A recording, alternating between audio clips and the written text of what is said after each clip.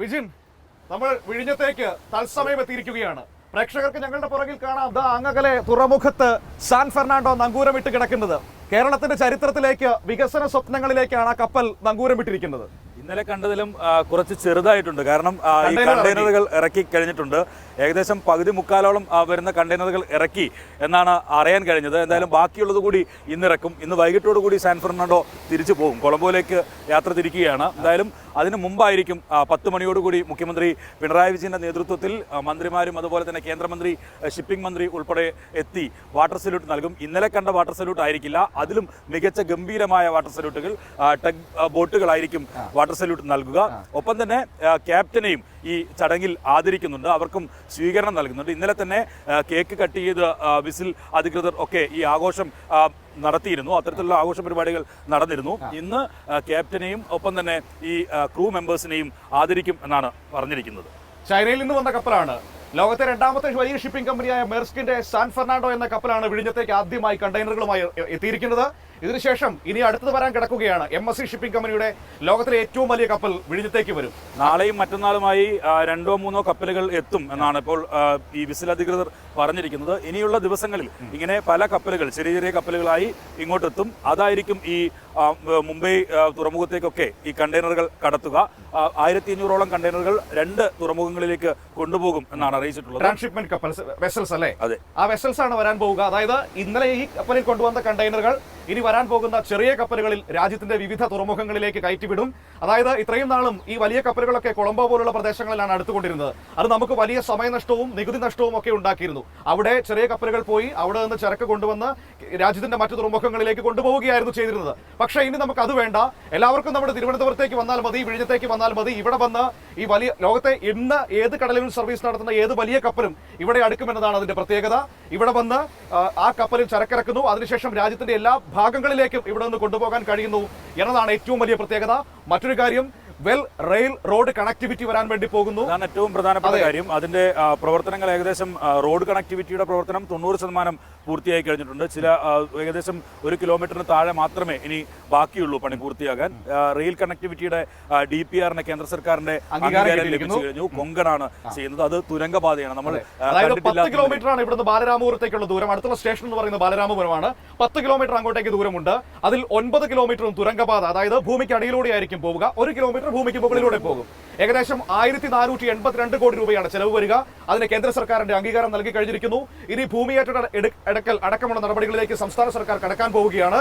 ആ നടപടികളിലേക്ക് നിലവിൽ കടന്നിട്ടുണ്ട്. അതിനുള്ള ആളുകളുമായുള്ള ചർച്ചയൊക്കെ പുരോഗമിച്ചുകൊണ്ടിരിക്കുകയാണ്. എന്തായാലും സംസ്ഥാന സർക്കാർ കഴിഞ്ഞ കാലഘട്ടങ്ങളിലെല്ലാം ഇത്തരത്തിൽ വികസന പ്രവർത്തനങ്ങൾ കൊണ്ടുവരുന്ന ഘട്ടങ്ങളിലെല്ലാം ജനങ്ങളെ പൂർണ്ണമായും വിശ്വാസത്തിലെടുത്ത് അവരുടെ ആവശ്യങ്ങൾ കൂടി കേട്ട് അവർക്ക് ആവശ്യമായ നഷ്ടപരിഹാരം ഒക്കെ നൽകിയാണ് മുന്നോട്ട് പോയിക്കൊണ്ടിരുന്നത്. അതുകൊണ്ട് തന്നെ അത്തരത്തിലുള്ള ആശങ്കയൊന്നും ഇത്തവണ ഇവിടെയും ഉണ്ടാകില്ല എന്ന് തന്നെ നമുക്ക് പ്രതീക്ഷിക്കാൻ കഴിയും. എന്തായാലും അതിനുള്ള പ്രവർത്തനങ്ങൾ ഈ സർക്കാർ മുന്നോട്ട് പോകുന്നു. 2 വർഷത്തിന് അകം തന്നെ ഈ കൊങ്കണാണ് ഇതിന്റെ പ്രവർത്തനങ്ങൾ ഏറ്റെടുത്തിരിക്കുന്നത്. തുരങ്കപാതയായി ആ റെയിൽ കണക്ടിവിറ്റി കൂടി വിഴിഞ്ഞത്ത് വരും എന്നുള്ളതാണ് ഏറ്റവും പ്രധാനപ്പെട്ട കാര്യം. ഒപ്പം തന്നെ ഈ നമ്മൾ നിലവിൽ വിഴിഞ്ഞം ആദ്യഘട്ടം കമ്മീഷൻ ചെയ്യുന്നതിന് തൊട്ട് മുമ്പായി തന്നെ റോഡ് കണക്ടിവിറ്റിയും പ്രവർത്തനങ്ങൾ പൂർണ്ണമായും തീർപ്പാക്കി. അതിനുശേഷം അതും പ്രവർത്തന സജ്ജമാകും എന്നാണ് മന്ത്രി തന്നെ വ്യക്തമാക്കിയിരിക്കുന്നത്. 2ാം ഘട്ടമാകുമ്പോഴേക്കും ഈ പറയുന്നത് പോലെ റെയിൽ കണക്ടിവിറ്റിയും പൂർണ്ണമാകും. അതോടുകൂടി ഇവിടെ നിന്ന് ട്രെയിനിൽ രാജ്യത്തിന്റെ വിവിധ ഭാഗങ്ങളിലേക്ക് ഈ പറയുന്ന കണ്ടെയ്നറുകളിൽ വരുന്ന ചരക്കുകൾ കൊണ്ടുപോകാൻ കഴിയുമെന്നതാണ് അതിന്റെ വലിയ പ്രത്യേകത. അങ്ങനെ തിരുവനന്തപുരം രാജ്യത്തിന്റെ കപ്പൽ ഗതാഗതത്തിൽ, കപ്പൽ ചരക്ക് നീക്കത്തിൽ പ്രധാനപ്പെട്ട കേന്ദ്രമാകാൻ പോകുന്നു എന്നതാണ്. ഈ തുറമുഖം പൂർണ്ണതോതിൽ സജ്ജമാകുമ്പോൾ രാജ്യത്തെ കടൽ വഴിയുള്ള ചരക്ക് നീക്കത്തിന്റെ 70% തിരുവനന്തപുരം കേന്ദ്രീകരിച്ചാകും, വിഴിഞ്ഞം കേന്ദ്രീകരിച്ചാകും എന്നതാണ് അതിന്റെ ഏറ്റവും വലിയ പ്രത്യേകത. ഈ തുറമുഖത്തിന്റെ പ്രത്യേകതകളെ കുറിച്ച് നമ്മൾ ഏറെ സംസാരിച്ചതാണ്. 18 മീറ്റർ പ്രകൃതിദത്ത ആഴമുള്ള തുറമുഖം, ലോകത്തെ ഏത് വലിയ കപ്പലിനും അടുക്കാൻ കഴിയുന്ന സാഹചര്യം, അന്താരാഷ്ട്ര കപ്പൽ ചാനലിനോട് വെറും 10 നോട്ടിക്കൽ മൈൽ മാത്രം അകലം ഉള്ള സ്ഥലം, അങ്ങനെ പ്രത്യേകതകൾ ഏറെയാണ്. തന്ത്രപ്രധാനമായ ഏരിയയാണ്. അതുകൊണ്ട് തന്നെ രാജ്യത്തിന്റെ ശ്രദ്ധാകേന്ദ്രമാകാൻ പോകുന്ന വിഴിഞ്ഞത്തിന്റെ അതിന് തുടക്കത്തിലാണ് നമ്മൾ ഇന്ന് നിൽക്കുന്നത്. ഇന്ന് ഈ കപ്പലിന് സ്വീകരണം നൽകുമ്പോൾ സാൻ ഫെർണാണ്ടോ എന്ന ഈ കപ്പൽ വന്നു കയറിയിരിക്കുന്നത് വെറും ഒരു സമയത്തിലല്ല, നമ്മുടെ വികസനത്തിന്റെ ചരിത്രങ്ങളിലേക്കാണ്. നാളെ മുതൽ നമ്മൾ കണ്ണു നടുന്നത് വിഴിഞ്ഞത്തേക്കായിരിക്കും. നമ്മളുടെ എല്ലാ വികസന വഴികളും തുറക്കാൻ പോകുന്നത് വിഴിഞ്ഞം കേന്ദ്രീകരിച്ചായിരിക്കും. കാരണം ഇപ്പോൾ തന്നെ ലോകത്തെ പ്രധാനപ്പെട്ട ഷിപ്പിംഗ് കമ്പനികളെല്ലാം ഇവിടെ പ്രവർത്തനം തുടങ്ങാൻ താല്പര്യം അറിയിച്ചു കഴിഞ്ഞിരിക്കുന്നു. അതിന്റെ ചർച്ചകൾ നടക്കുന്നു. മുഖ്യമന്ത്രി ഇന്നലെ ഫേസ്ബുക്ക് കുറിപ്പിൽ ഈ കപ്പൽ ഇങ്ങോട്ട് എത്തിയ സമയത്ത് തന്നെ ഇട്ടത് വികസനത്തിന്റെ പുതിയ വഴികൾ തീരമണഞ്ഞു എന്നുള്ളതാണ്. അതുതന്നെയാണ് ഈ വെറുമൊരു ചരക്ക് കപ്പൽ ആയി മാത്രമല്ല ഇവിടെ സാൻ ഫെർണാണ്ടോ എത്തിയത് എന്നുള്ളതാണ് ഏറ്റവും പ്രധാനപ്പെട്ട കാര്യം. അതൊരു കേരളത്തിന്റെ വികസനത്തിൽ പുതിയൊരു നാഴികക്കല്ലായി മാറും. ഞാൻ ഇന്നലെയൊക്കെ സൂചിപ്പിച്ചതുപോലെ ഇനി കേരളത്തിന്റെ വികസനത്തെ നയിക്കുക ഒരുപക്ഷെ ഈ വിഴിഞ്ഞം തുറമുഖമായിരിക്കും. അതാണ് അതിന്റെ ക്യാപ്റ്റനായി മാറും ഈ തുറമുഖം എന്നുള്ളതാണ്. നവകേരളം എന്ന് പറയുന്നത് ഇതിലൂടെ പുതിയൊരു വികസന കുതിപ്പിലേക്ക് കേരളം എത്താൻ പോകുന്നു. മുഖ്യമന്ത്രിയും അതുപോലെ തന്നെ മന്ത്രിമാരും ഒക്കെ പറഞ്ഞുകൊണ്ടിരിക്കുന്നത് അത് തന്നെയാണ്. അടിസ്ഥാന വികസനം ഒക്കെ നടപ്പിലാക്കി കഴിഞ്ഞതിന് ശേഷം നമ്മൾ ഒരു പുതിയ കേരളം സൃഷ്ടിക്കാനുള്ള തയ്യാറെടുപ്പിലാണ്. ആ തയ്യാറെടുപ്പ് ആണ് ഏറ്റവും പ്രധാനപ്പെട്ട കാര്യം. അതിന്റെ ഒരു പൊൻതൂവലായി മാറാൻ പോവുകയാണ് വിഴിഞ്ഞം ഫോർട്ട് എന്ന് പറയുന്നത്. അപ്പോൾ പ്രിയപ്പെട്ടവരെ, നമുക്ക് കാണാൻ കഴിയും അങ്ങകലെ നങ്കൂരം വിട്ട് കിടക്കുന്ന ആ സാൻ ഫെർണാണ്ടോ എന്ന് പറയുന്ന കപ്പൽ. ആ കപ്പൽ നിറയെ നമ്മുടെ വികസനത്തിന്റെയും സ്വപ്നങ്ങളുടെയും പ്രതീക്ഷകളുടെയും ഒക്കെ ഒരു വലിയ കൂമ്പാരമാണ്.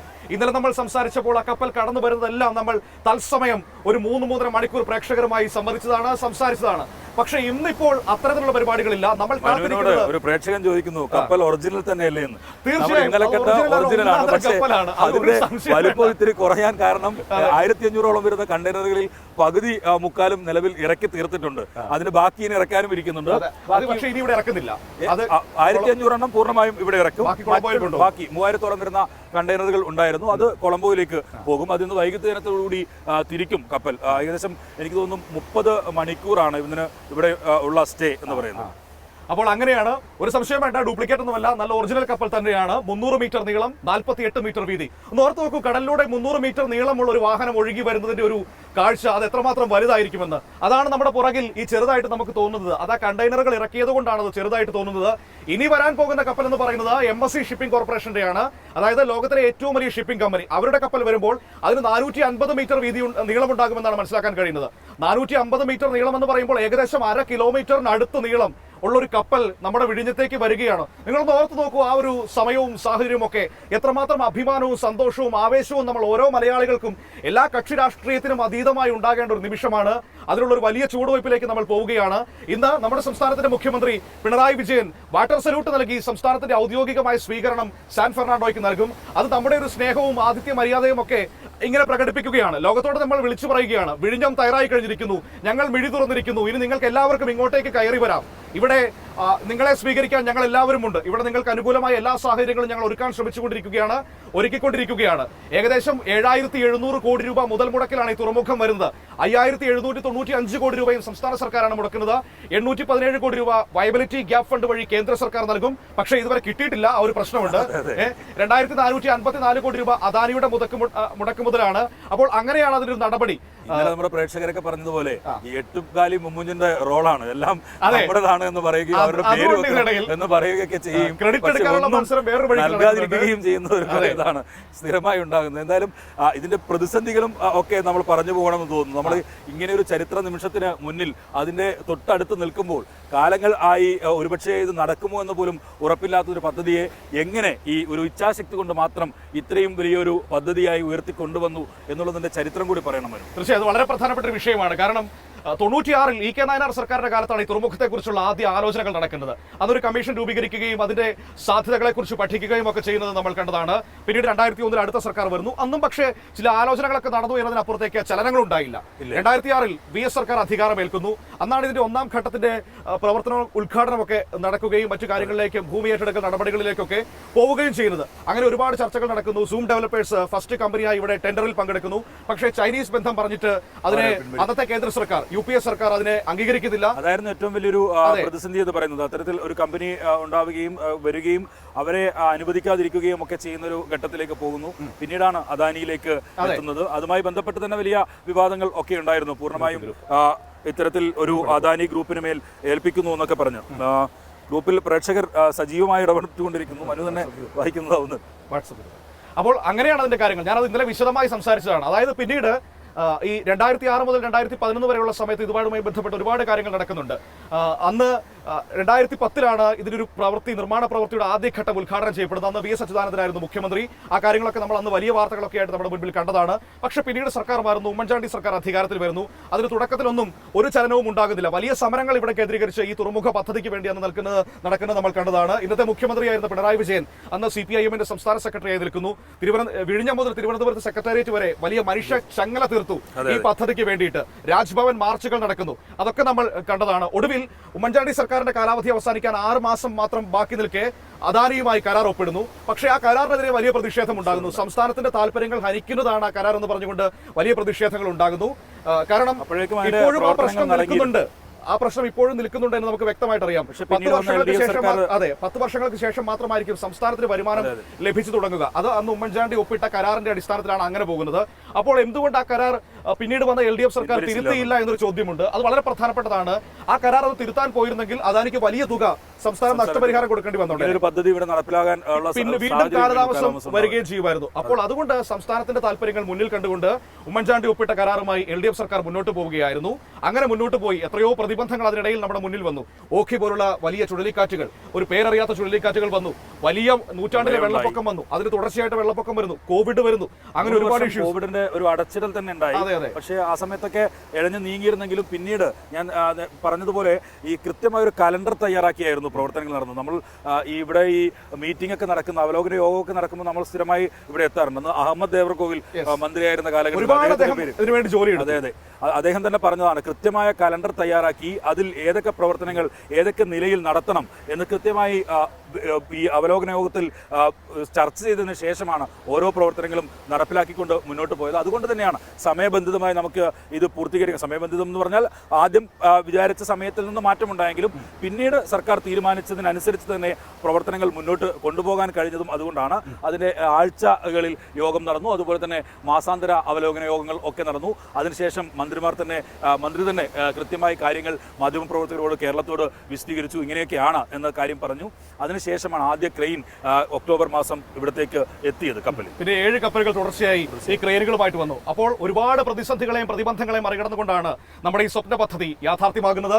അപ്പോൾ ഇന്നത്തെ പ്രധാനപ്പെട്ട കാര്യപരിപാടികൾ നമ്മൾ ഈ സംസാരിക്കുന്നതിന്റെ കൂടെ തന്നെ പ്രേക്ഷകരോട് പറഞ്ഞു പോകണ്ടേ. അപ്പോൾ നിങ്ങൾ ആ തുറമുഖം കാണുന്നുണ്ടല്ലോ അല്ലേ, അവിടെ കപ്പൽ നങ്കൂരമിട്ട് കിടക്കുന്നത് കാണുന്നില്ലേ, ആ ക്രെയിനുകൾ കാണുന്നില്ലേ? രാജ്യത്തെ ഏറ്റവും ആധുനികമായ ഓട്ടോമേറ്റഡ് ക്രെയിനുകളാണ് അവിടെ നമുക്ക് കാണാൻ കഴിയുന്നത്. ഇന്നലെ ചരക്കിറക്കുന്നതിന്റെ ദൃശ്യങ്ങൾ, നമ്മൾ കണ്ടെയ്നറുകൾ ഇറക്കുന്നതിന്റെ ദൃശ്യങ്ങൾ ആ ക്രെയിനുകളിൽ തത്സമയം നമ്മൾ കണ്ടതാണ്. അപ്പോൾ ഇന്ന് പോകുന്നത് നമ്മൾ ഇന്നത്തെ പ്രധാനപ്പെട്ട കാര്യപരിപാടികളിലേക്ക് പോകണം. മുഖ്യമന്ത്രിയുടെ നേതൃത്വത്തിൽ സംസ്ഥാനം ഔദ്യോഗികമായി സ്വീകരണം നൽകുന്നു എന്നതാണ് ഇന്നത്തെ ഏറ്റവും പ്രധാനപ്പെട്ട സവിശേഷത. രാവിലെ 10 മണിക്ക് പൊതുജനങ്ങൾക്കടക്കം പ്രവേശനം നൽകിക്കൊണ്ട് ഉത്സവ അന്തരീക്ഷത്തിൽ വിഴിഞ്ഞം എങ്ങനെ ആഘോഷമാക്കാൻ വേണ്ടി പോവുകയാണ്. അപ്പോൾ നമ്മളും അതിനുവേണ്ടി കാത്തു നിൽക്കുകയാണ്. രാവിലെ മുഖ്യമന്ത്രിയുടെ നേതൃത്വത്തിൽ പങ്കെടുക്കുന്നുണ്ട് എന്നുള്ളതും സർബാനന്ദ സോനോവാൾ കേന്ദ്ര ഷിപ്പിംഗ് മന്ത്രി അദ്ദേഹവും പങ്കെടുക്കുന്നുണ്ട്. രാവിലെ 10 മണിക്ക് വാട്ടർ സല്യൂട്ടോടുകൂടി സാൻ ഫെർണാണ്ടോയെ ഔദ്യോഗികമായി സംസ്ഥാനം സ്വീകരിക്കും.